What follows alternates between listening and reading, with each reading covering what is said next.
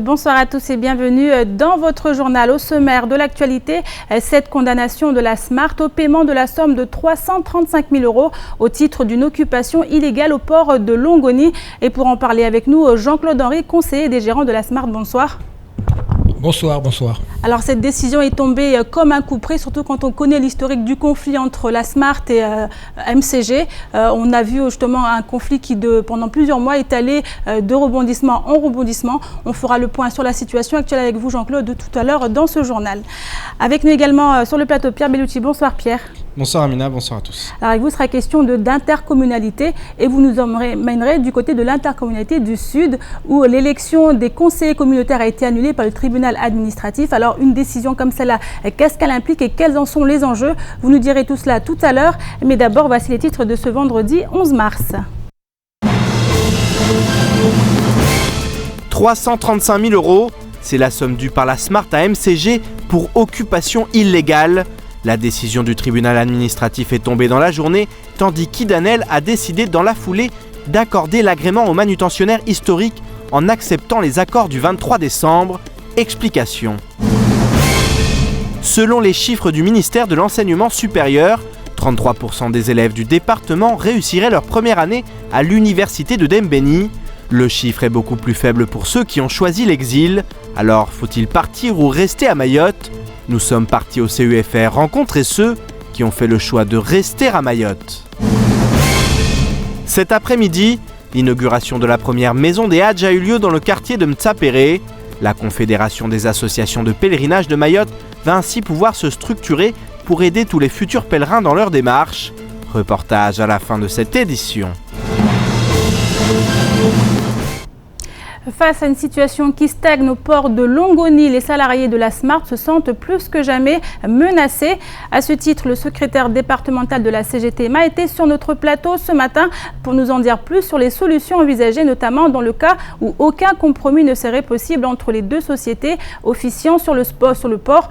En effet, au point où les choses en sont, l'idée d'une coopérative des dockers fait peu à peu son chemin. Une nouvelle grève des salariés serait également à l'ordre du jour. Les explications dans ce sujet signé Pierre Bellucci et Adèle Laurent.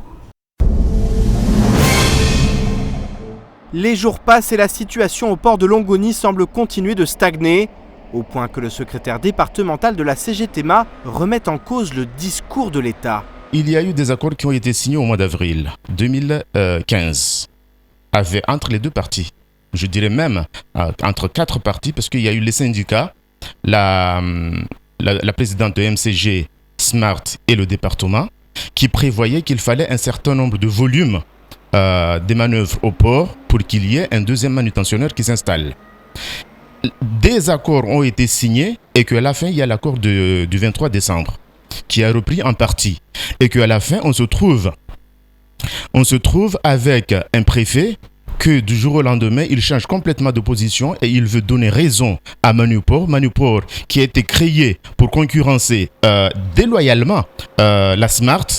D'ailleurs, là, j'ai prévu être reçu le 17 de ce mois-ci, la semaine prochaine, au ministère du Transport, que dès là-bas que j'ai les vrais mots de l'État. Parce qu'ici, il y a trop d'ambiguïté. Face à la situation, les salariés de la Smart semblent plus menacés que jamais. En effet, depuis le 15 janvier, le manutentionnaire historique n'a plus d'activité sur le port de Longoni. Si Salim Naouda accuse MCG de vouloir tuer la Smart, il envisage néanmoins de créer une coopérative regroupant tous les dockers officiant sur le port dans le cadre de la manutention.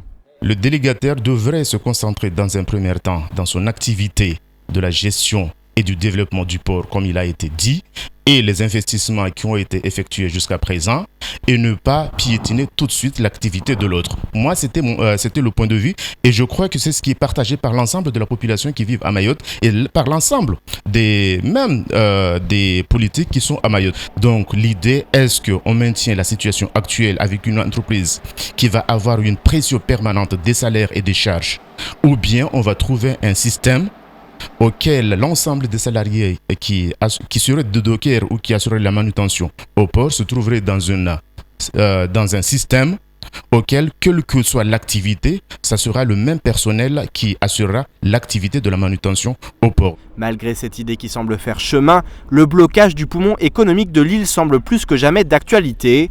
En effet, les salariés de la SMART devraient débrayer très prochainement et rejoindre par la suite le mouvement général du 30 mars. Les salariés de la SMART n'attendront pas le 30 pour commencer à manifester leur mécontentement quand on sait qu'il y a un problème. Et puis, il y a la grève générale, comme vous l'avez dit. Donc, effectivement, à travers l'ensemble des maux que vivent les salariés de Mayotte, que ce soit public ou privé, il y a un appel qui est lancé par l'intersyndicale pour le 30 mars. Mais pour la SMART, dès cette semaine, nous allons commencer à travailler et voir dans quelle période il y aura le préavis qui sera déposé et effectivement, il y aura un débrayage et un débrayage réel. Parce que la Fédération nationale m'a dit, mais Salim, à Mayotte, vous êtes trop gentil. Ça aurait été en métropole ou dans un autre département, le port n'aurait pas fonctionné si ça ne serait pas avec les dockers professionnels qui sont sur place. À Mayotte, on laisse trop faire. En effet, le tribunal administratif a rendu son verdict dans l'affaire concernant le paiement des astreintes dues par la SMART à MCG. La cognée historique devra régler 335 000 € au gestionnaire du port pour occupation illégale. Dans le même temps, la présidente de MCG, Idanel, a accepté d'entériner l'accord du 23 décembre 2015 et donc de délivrer l'agrément à la SMART qui lui permettrait de reprendre ses activités sur le port en toute légalité. Une rencontre entre les deux directions devrait se tenir prochainement pour procéder à la signature, qui après cette décision de justice, pourrait cela dit être remise en cause. Alors Jean-Claude Henry, vous êtes conseiller des gérants de la SMART. On l'a vu, une décision vous condamnant à payer la somme de 335 000 €, soit 5 000 € par jour pendant 67 jours. Que vous inspire cette décision, surtout à la lumière de l'implication du conseil départemental qui est délégant ou encore de la préfecture? On a vu le préfet qui vous avait à un moment autorisé à continuer vos activités sur le port. Qu'est-ce que ça vous inspire? Mais écoutez, je reprends exactement les termes que tu viens de prononcer. On est en France. On ne serait jamais permis de rester sur le port s'il n'y avait pas une autorité, et pas n'importe quelle autorité, monsieur le préfet, représentant du gouvernement à Mayotte, pour éviter, et dans l'optique un petit peu qu'on ne perde pas l'intérêt général, à savoir que la population mahoraise n'ait pas de problème parce que le port est bloqué pendant des jours et des jours et des jours, sachant très très bien que toute solution dans ce type de conflit, les solutions ne viennent pas du jour au lendemain. Donc on s'est réunis suite à l'acceptation de nous recevoir de monsieur le préfet. Il y avait les syndicats, il y avait les actionnaires, il y avait les représentants du personnel, et on avait acté le 3 novembre le fait d'arrêter tout blocage et que le préfet se proposait ses bons offices de façon à trouver une solution, en tout cas si possible avant la fin de l'année dernière. Tout le monde a accepté et on s'est aperçu depuis cette période qu'il n'y a pas de blocage de port, les bateaux ont été opérés et qu'à la limite aujourd'hui mon étonnement de découvrir ce montant et cette sanction financière, c'est le fait en fait que c'est par rapport à l'autorisation du préfet de travailler là-bas, parce que s'il y avait eu un souci, qu'il fallait qu'on parte, l'autorité qui était à même de nous obliger, quitte à ce que ce soit par la force publique, c'est monsieur le préfet. Et c'est un petit peu par rapport à, je vous lis exactement ce qu'il dit à l'époque, il s'engageait, les représentants de l'État, les représentants de la SMART s'engagent à lever le blocage du port et à permettre le fonctionnement du général du port. Il s'engage également à adresser dans les meilleurs délais à monsieur le préfet une proposition de contrat, chose qu'on a très bien fait. Cette décision vous surprend, Jean-Claude, clairement. Bien sûr. Et à la double condition de ces engagements, que ces engagements soient tenus, à savoir qu'on travaille, parce que l'objectif principal, c'est que l'île ne soit pas asphyxiée. On a tous intérêt à ce que le port fonctionne. Et depuis le 3 novembre, c'est ce on a respecté ce deal. Alors, on sait que depuis le 15 janvier, vos activités sont quasiment arrêtées. Est-ce que vous ne craignez pas aujourd'hui pour votre situation, notamment pour les salariés de la SMART? Est-ce qu'ils seront payés? Bien sûr que le problème se pose. Bien sûr que le problème se pose. Et qu'aujourd'hui, il y a un terme qui est souvent utilisé, mais peut-être que c'est peut-être pas à propos, c'est à qui profite le crime. Je dis qu'aujourd'hui, on nous prend 70% de l'activité qui est représentée par le trafic de la CGM. sur ce souci et cette perte de recettes, on vient nous rajouter 300 000 euros, c'est un petit peu à se dire, mais l'objectif recherché, c'est asphyxier l'entreprise de telle façon qu'on n'y arrive plus et qu'on puisse plus payer notre personnel. Heureusement encore que nos gérants vigilants ont, pendant toute cette période, été assez prudents pour avoir quand même de quoi avoir en réserve, qui nous permet aujourd'hui, jusqu'au mois dernier, si possible, j'espère le mois prochain, d'arriver à payer les gens. Mais on ne peut pas s'imaginer aujourd'hui qu'on puisse continuer de cette façon, parce qu'on ne tiendra pas. Mais en même temps, moi je reviens quand même sur cet aspect dont on a parlé depuis tout à l'heure. Moi je ne comprends pas que l'autorité, le principal autorité représentant du gouvernement Mayotte, nous dise écoutez, moi je m'engage à ne pas vous obliger à quitter le port. On travaille tranquillement, je veux dire tranquillement, en étant quand même soucieux. On arrive à un accord le 23 décembre. Et qu'aujourd'hui, on vient de nous dire, pendant toute cette période-là, on va vous sanctionner parce que c'était pas normal que vous restiez sur le port. Alors, MCG a accepté justement ces accords du 23 décembre. Votre réaction là-dessus ? Moi, je voudrais bien savoir ce qu'on entend par accorder l'accord du 23 décembre, parce qu'on s'est vu déjà, juste après, il y a eu une remise en cause de cet accord, à la limite une approche où c'était plutôt remettre en cause et la non-reconnaissance de ce document, qu'il a fallu, à un moment donné même, d'après ce que j'ai compris, être amené à être redéfini, une relecture différente. Donc moi, je ne sais plus à quel sens vouer, mais en tout cas, moi, ma question aujourd'hui, c'est à partir du moment où le préfet, plusieurs fois, a suggéré, et même suggéré d'une manière bien forte, a demandé aux délégataires de retirer toutes les actions en justice. La présidente du conseil général, la première vice-présidente, a réitéré la même chose lors du dernier conseil portuaire.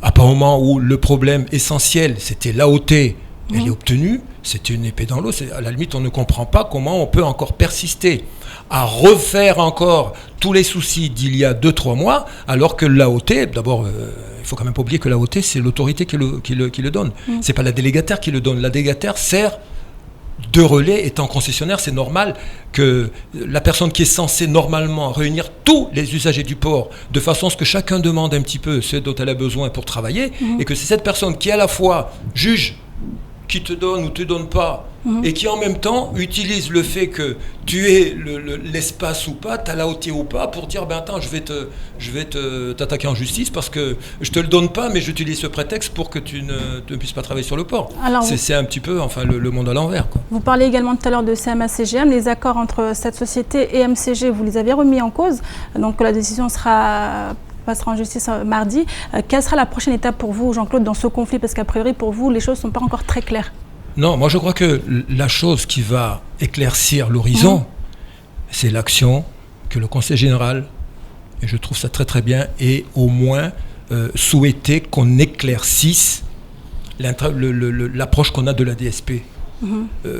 Tant qu'on n'aura pas éclairci l'interprétation et la lecture qu'on a de cette DSP, on tombe dans ce contexte où, à la limite, au jeu, le délégataire, c'est comme si, à la limite, elle interprète l'AOT comme étant, pas l'AOT, excusez-moi, la DSP comme étant un blanc-seing, qu'elle est absolument maître du jeu, et qu'on n'a pas, même les autorités préfectorales et départementales, non plus à lui signifier qu'il y a des contrôles du délégant tout à fait normal qui doivent opérer sur le port, parce qu'il ne faut quand même pas oublier que ce sont des deniers de nous tous, ce sont des deniers des contribuables qui sont utilisés sur le port, et notamment par le délégataire.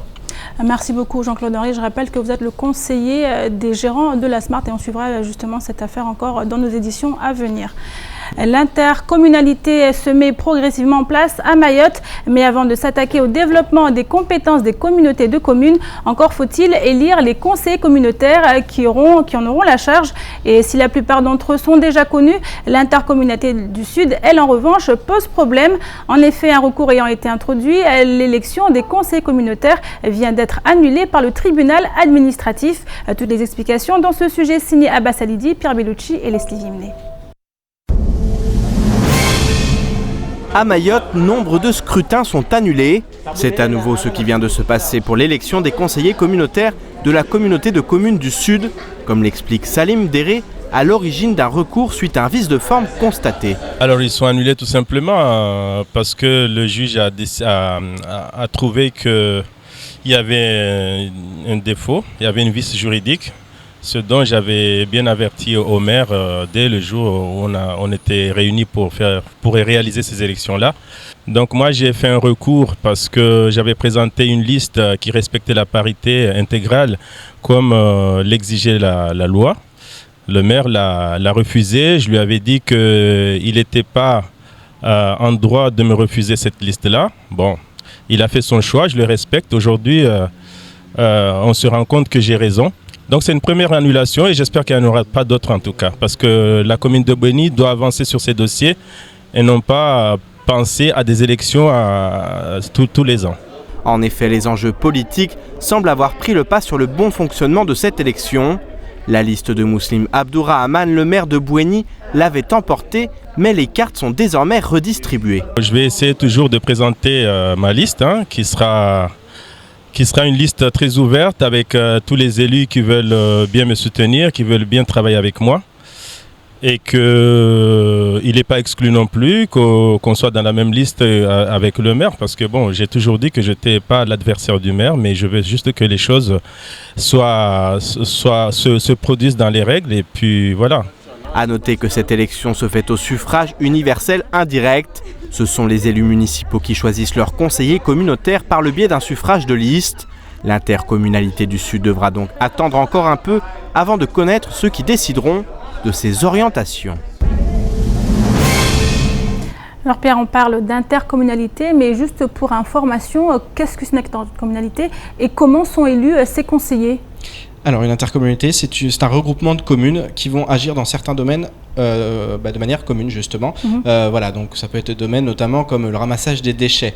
Alors comment ils sont élus ? Il y a une différence avec la métropole. En métropole, c'est le suffrage universel direct qui élit. C'est-à-dire, je prends un exemple, par exemple, Toulouse. Voilà, il y a Toulouse, il y a des villes qui gravitent autour, très proches, qui sont collées. Je pense à Colomiers, je pense à Blagnac, voilà, de nombreuses villes qui sont autour.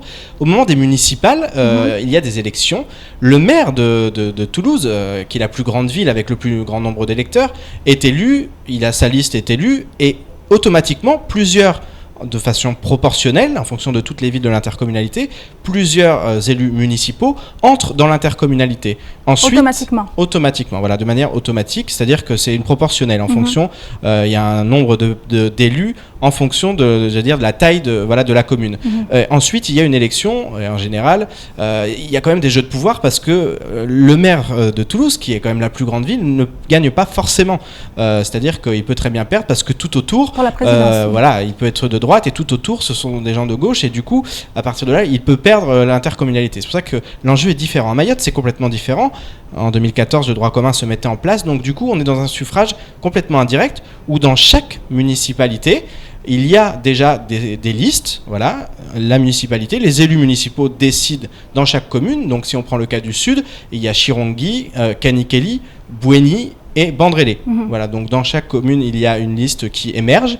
Et ensuite, il y a un deuxième tour qui devrait y avoir bientôt pour l'intercommunalité du Sud, un deuxième tour où d'autres listes se présentent. Et là, on élit l'ensemble et puis le président de l'intercommunalité. Ça, c'est le premier point. Alors, qu'est-ce qui s'est passé du côté de Bouéni ? Pourquoi il y a eu une annulation de l'élection des conseillers communautaires ? Alors, dans le Sud, c'est vraiment compliqué. Il y a eu quand même 3 recours, hormis Chirongui où ça s'est très bien passé. Il y a eu 3 recours, donc pour dire que voilà, ça a été très compliqué. Les alliances ont été compliquées et voilà, il y a eu un peu du rififi, notamment à Bouéni. Alors Bouéni, ce qui s'est passé, c'est qu'en fait, il y avait la liste du maire et la liste justement de Salim Déré. Salim Déré a présenté une liste où il n'y avait pas la parité. Homme-femme, donc il y avait un problème, donc il a demandé de changer sa liste. Il y a eu une coupure de séance, une interruption de séance en séance municipale. Il est revenu, il a dit voilà, je présente une autre liste. Le maire lui a refusé, lui a dit non, les délais ne sont plus respectés, on reprend la première liste. Sauf que cette première liste n'était pas légale. Donc à partir de là, il y a eu une décision de justice qui a, suite au recours justement de Salim Déré, parce que le maire n'avait pas à refuser cette liste. Donc ils vont devoir revoter, j'allais dire, au sein du conseil municipal municipal.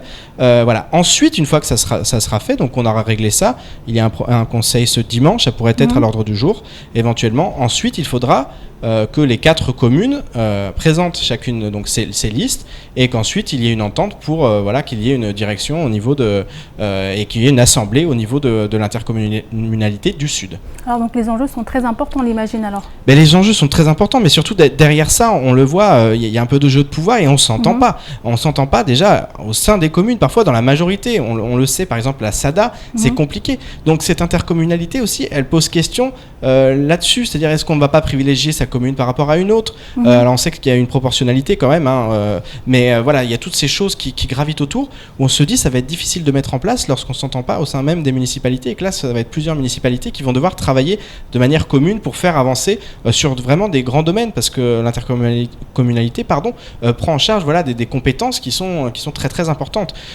Donc à partir de là, on va voir comment ça va se passer, mais en tout cas ça part un peu de manière bancale, cette histoire d'intercommunalité. On espère que ça va se régler et que pour l'intérêt général, les élus vont réussir à s'entendre.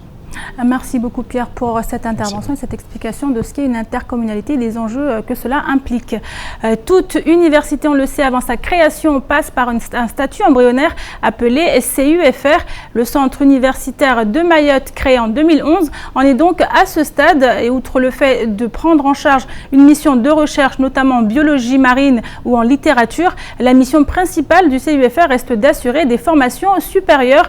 Et le moins que l'on puisse dire, c'est que les places sont chères, puisqu'à l'heure actuelle, le centre universitaire ne peut accueillir que 1100 étudiants. Les explications avec Adèle Laurent. Droit, géographie, mathématiques ou encore lettres modernes, 6 licences et une formation d'instituteur sont ainsi proposées par le CUFR. Les filières d'enseignement sont restreintes, mais cela s'explique. Cette université répond en partie, parce qu'on ne peut pas répondre à tout, à la demande de formation, dans la mesure où il manque beaucoup d'enseignants dans le secondaire. On veille à ce que les conditions soient réunies pour que tous les étudiants aient leur chance. Ce n'est pas parce que nous sommes sur une petite île que les étudiants ne peuvent pas bénéficier de l'ensemble des compétences de toute la France. On essaie de développer des outils pour que les étudiants puissent s'améliorer, sortir de leurs difficultés. Et pour avoir un enseignement de qualité, le CUFR recrute des enseignants sortis du concours national, mais aussi des maîtres de conférences métropolitains ou mahorais pour les unités d'enseignement qui le nécessitent. Un autre outil mis en place récemment est l'ouverture du pôle réussite étudiante, qui, entre autres, propose des tutorats aux étudiants en difficulté. Mais le fait de n'avoir que 1100 étudiants au CUFR peut constituer, sous certains aspects, un atout. On a beaucoup de demandes de la part des étudiants et nous avons encore une dimension humaine qui permet justement d'aider ces gens-là de manière individuelle. Donc c'est un travail qui est de longue haleine et qui est un travail très très motivant et très intéressant. C'est vrai qu'on a un public parfois qui peut avoir des petits problèmes de maîtrise de la langue quand il arrive tout frais et moulu du baccalauréat. Donc c'est vrai qu'il y a des stratégies à mettre en place, il y a un travail de suivi également. En général, en troisième année, on arrive à avoir des étudiants qui sont solidement armés tout de même pour poursuivre. Mais le centre universitaire voit certaines de ces filières s'arrêter au bout d'une ou de 2 années de licence. Les étudiants souhaitant la valider ou continuer leurs études se voient donc obligés de choisir entre suivre une formation à distance et partir étudier en métropole ou dans un autre dôme. Cependant, certains ont fait l'inverse et sont partis étudier en métropole puis sont revenus continuer leurs études à Mayotte, comme cette étudiante en 3e année de droit. C'est un peu plus facile parce qu'ici on a la famille, on a le cadre qu'on connaît très bien, on a des difficultés comme partout par rapport au transport. Il y en a qui habitent très loin pour venir à la fac, forcément, mais sinon l'enseignement c'est le même, il n'y a aucune différence. J'estime que si on n'a personne pour nous soutenir derrière, on reste livré à soi-même en métropole, c'est très difficile. Et on s'encourage entre nous à réussir, ce qui n'est pas forcément le cas en métropole. Parce que là-bas, c'est individuel, chacun veut réussir de son côté. Ici, il y a quand même un travail de groupe, une solidarité entre les étudiants, je trouve. Rester étudier à Mayotte pour un accès à une solidarité plus présente qu'en métropole, mais aussi pour ne pas s'éloigner de sa famille. On a aussi un peu peur de la solitude, quoi. On préfère mieux rester chez nous, tranquille, comme ça, quand on sort de l'école, on va à la maison, pas besoin d'aller cuisiner. Déjà, la maman cuisine, comme tu vois. Déjà, la maman, c'est la maman qui cuisine. On va juste manger, puis on dort, puis on révise. Mais là-bas, si tu es en France, tu dois aller cuisiner, tu dois faire tes courses et ça. C'est vraiment de la responsabilité. Bon, normalement, on doit être responsable, mais c'est vraiment de la responsabilité que moi, de mon côté, je trouve que c'est trop. Ouais, je pense que finir ma licence ici, puis aller continuer un master vers la métropole, parce que pour réussir, on doit aller voir d'autres horizons, quoi. J'aimerais bien découvrir le monde, mais après revenir à Mayotte. Comme ça, on encourage aussi les jeunes à vouloir étudier, parce que quand c'est nous, leurs grands frères qui nous racontent leur vécu, je pense qu'ils auront envie de réussir. Avec leur volonté de passer le flambeau, ces jeunes étudiants, grâce à l'encadrement des équipes du CUFR, contribueront au développement de l'île en mettant à profit leurs compétences et leurs connaissances. Une valeur ajoutée indispensable pour Mayotte. Direction maintenant le centre de l'île et plus précisément du côté de Sada où l'on célébrait aujourd'hui la journée de la femme. L'initiative des responsables du planning familial en partenariat avec d'autres associations telles que l'ACFAV, Redeka ou encore Redia Bilang. Les artisans de la commune étaient également de la partie. Ils ont ainsi pu exposer leur travail. Autre animation proposée qui a su retenir l'attention du public, cette représentation de Finambule qui est réalisée pour la première fois durant cette journée. Autant dire que l'ambiance était à la fête pour cette journée mémorable où la femme mahoraise était à l'honneur et était sous les feux des projecteurs. Reportage Shakila Essouf et Leslie Vimné. La lutte pour l'égalité entre les hommes et les femmes est un combat millénaire qui continue à travers des milliers d'associations. Madame la maire de Sada a tenu à le rappeler dans son discours tenu ce matin. C'est important parce qu'il faut savoir que les inégalités existent toujours et encore. Et tant qu'elles existeront, il y a nécessité de rappeler par cette journée. Mais il faut savoir qu'à Mayotte, il faut beaucoup mettre l'accent sur l'éducation des enfants. Éduquer les filles comme les garçons, éviter de faire les différences très tôt pour éviter effectivement tout le poids culturel qui pèse sur nos épaules, nous disant que la femme ne doit pas être devant, la femme ne doit pas avoir de responsabilités. C'est possible. La loi nous impose une parité. Ali Debré-Combo, Noéra Mohamed, Anchia Bamana, tous se sont exprimés sur le chemin parcouru grâce à ces filles, ces femmes, ces mères courage qui à Mayotte jouent un rôle prépondérant au sein de la société. Depuis maintenant 6 années que je suis là, on voit quand même une certaine évolution. On a essayé de faire en sorte de valoriser autant que possible des exemples de réussite féminine auxquels les jeunes filles vont pouvoir s'identifier. On passe également dans les établissements scolaires pour susciter des vocations. Donc on voit que les choses commencent à changer petit à petit. On n'est peut-être pas encore dans une révolution, mais plutôt dans une évolution. On voit que les choses changent. Ça prendra du temps, mais c'est maintenant qu'il faut le commencer pour que dans 5 à 10 ans, les choses puissent vraiment changer. Au cours des débats et des échanges, une prestation de funambule a su transporter le temps d'un instant tous les participants dans le monde du spectacle de cirque.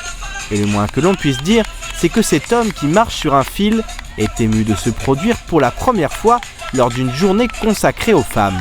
Wamujibiwa na journée moderne aka watu mama wadhulumiwa hakuwaku aizo wamujibiwa rwanini bwana ya watu mama akamuvenza watu mama hakuwaku yeda ni permettre leo nije erdangazi vamuja arma journée de la femme. Et si la vie ne tient qu'à un fil, c'est néanmoins avec beaucoup de lucidité que Mohamed Fatima, la présidente du planning familial, a souhaité organiser cette journée de mobilisation et de sensibilisation. Par rapport à l'emploi, surtout pour la femme, parce qu'on sait que pour une femme, pour trouver du travail, c'est pas évident. Donc on voulait sensibiliser les femmes sur les métiers, les différents métiers qui existent, pour pouvoir justement que si jamais il y en a une qui pense vouloir travailler, qu'elle puisse trouver du travail. Et je vous propose à présent de faire un petit tour d'horizon du reste de l'actualité de ce vendredi 11 mars. C'est tout de suite dans l'actualité en bref. Malgré quelques jours d'accalmie, la saison des pluies n'est toujours pas terminée. En témoigne l'épisode orageux qui s'est abattu sur l'île hier en fin de matinée. Les intempéries avaient déjà coûté la vie à un enfant il y a quelques semaines. Cela s'est reproduit une nouvelle fois à Trévani village. Alors que les vacances tirent à leur fin, 3 enfants étaient en train de jouer près d'une ravine. La pluie a alors fait son apparition, s'intensifiant rapidement. Les caniveaux se sont remplis, ils ont commencé à déborder, engorgés par des monceaux d'ordures. Les 3 enfants, surpris par la soudaine montée des eaux, se sont retrouvés emportés par les flux de boue et de déchets. 2 d'entre eux, un petit garçon et une petite fille âgés de 6 et 8 ans, n'ont pas survécu et seul le 3e a pu être secouru à temps. Ces faits récurrents à chaque saison des pluies relancent encore et toujours le débat quant à l'absence d'entretien des caniveaux, mais aussi quant aux conséquences d'une déforestation massive et d'une urbanisation galopante qui ne permettent plus à la Terre de retenir l'eau. Le Conseil maritime ultramarin du bassin sud océan Indien, CMUB, a été installé hier, jeudi 10 mars, sous la présidence conjointe des préfets de la Réunion, de Mayotte, des terres australes et antarctiques françaises, TAAF. Ce CMUB est une instance de concertation et d'échange sur les sujets liés à la mer et au littoral dans les espaces maritimes et terrestres des zones concernées. Ce conseil est composé de 67 membres comprenant des élus locaux, des professionnels, des organisations de salariés, des représentants du monde associatif, des personnalités scientifiques et services de l'État. Cette instance a pour mission principale la rédaction d'un document stratégique de bassin maritime pour la zone sud-océan Indien déclinant 4 thèmes principaux que sont la protection de l'environnement, la prévention des risques et gestion du trait de côte, la recherche et formation et le développement durable des activités économiques. Le CMUB permettra au bassin sud-océan Indien de faire entendre sa voix auprès d'instances nationales telles que le Conseil national de la mer et des littoraux dans l'élaboration des politiques publiques maritimes. La compagnie Air Austral a dévoilé le tout nouveau Boeing 787-800, l'un des 2 appareils qui assureront la liaison directe Mayotte-Paris dès le 10 juin prochain. Paré aux couleurs de l'île au lagon, celui-ci vient tout juste d'être peint à Victorville en Californie. Le choix de ce type d'appareil n'est pas innocent puisqu'il peut décoller de Pamandzi à pleine charge de carburant et de passagers tout en consommant jusqu'à 20% de moins que son prédécesseur, le B777-200. Fabriqué en matériaux composites, il est léger et résistant, mais c'est aussi un no-touch, c'est-à-dire que sa carlingue ne permet aucun contact. C'est d'ailleurs pour cela qu'une véritable fresque s'affiche sur sa dérive et non pas un revêtement plastifié. Paré de la Passan S et du mont Chungi, le nouvel avion assurera cependant une liaison test quelques jours avant d'effectuer le premier vol long courrier jusqu'à Paris. Pour l'heure, le bel oiseau est toujours aux États-Unis, au nord de Seattle, d'où il ne sortira que lorsque les équipements techniques et l'aménagement intérieur de la cabine seront terminés. Et enfin, ce vendredi a eu lieu l'inauguration de la première maison des Hadj de Mayotte. 3 associations agréées pour l'organisation du pèlerinage à la Mecque travailleront ainsi en collaboration pour aider les futurs pèlerins. Avec cette nouvelle structure, les efforts vont être mutualisés pour éviter de nombreux désagréments aux 400 pèlerins mahorais qui s'envolent chaque année pour l'Arabie Saoudite. Reportage Shakila Issouf et Leslie Vimné. C'est avec beaucoup de joie et de fierté que le président de la Confédération des associations de pèlerinage de Mayotte a dévoilé la plaque du premier bureau des Hadj du 101e département. Après la 3e prière de la journée à l'Asr, les invités ont pu assister à l'inauguration du local où seront centralisées toutes les démarches liées au pèlerinage. Le projet est au démarrage et il a vocation à avoir carrément une permanence à court et moyen terme selon les moyens disponibles. Voilà, bien naturellement, on a vocation à avoir vraiment un bureau administratif. Là, les associations, chacun leur bureau fonctionnel, mais la Confédération a vocation à avoir vraiment un bureau exécutif avec un directeur au minima 2 personnes, parce que c'est vraiment difficile. Voilà, un directeur en charge de mission pour tout ce qui est organisation des Hadj, mais c'est en fonction des ressources qu'on saura mobiliser. Voilà. Créée depuis le 14 mars 2009, la Confédération travaille chaque année pour coordonner, accompagner et organiser le voyage à la Mecque de 480 pèlerins. 3 associations telles Djamou, Aspel et Aopom existent et sont agréées pour prendre en charge administrativement mais aussi humainement les Mahorais qui partent accomplir le Hadj chaque année. En inaugurant ce bureau aujourd'hui, les représentants de la Confédération de ces associations espèrent être plus efficaces. Bon, depuis 2009, on travaille ensemble, mais par-ci par-là, mais on n'avait pas un bureau fixe pour travailler avec les 3 associations ensemble. Aujourd'hui, on a eu cette chance, on a eu un local, donc on va inaugurer ce local pour que nous puissions travailler ensemble pendant tous les préparatifs de pèlerinage qui durent à peu près 6 à 7 mois. Bien sûr, on l'espère que ça va encore alléger les tâches. Mais notre quota, c'est toujours 480, on ne peut pas dépasser. Donc le premier venu sera ceux qui seront traités en premier, quoi. Après l'inauguration de la première maison des Hadj, ce moment reste à marquer d'une pierre blanche pour l'histoire des musulmans de Mayotte et de tous les futurs pèlerins. C'est la fin de cette édition. Merci à vous de l'avoir suivi. Une édition rediffusée à 21h sur KTV et à retrouver également sur OM5. Dans quelques instants, vous serez en compagnie d'Ornella Perrine pour la météo. Vous retrouverez juste après l'invité du temps de parole, Bakar Ali Boto, premier adjoint au maire de Mamoudzou. Il était ce matin au micro de Patrick Mian. Et pour terminer la semaine, demain, samedi et dimanche à 19h, ne ratez pas votre magazine, les rendez-vous de l'info. Excellente fin de semaine à vous sur KTV.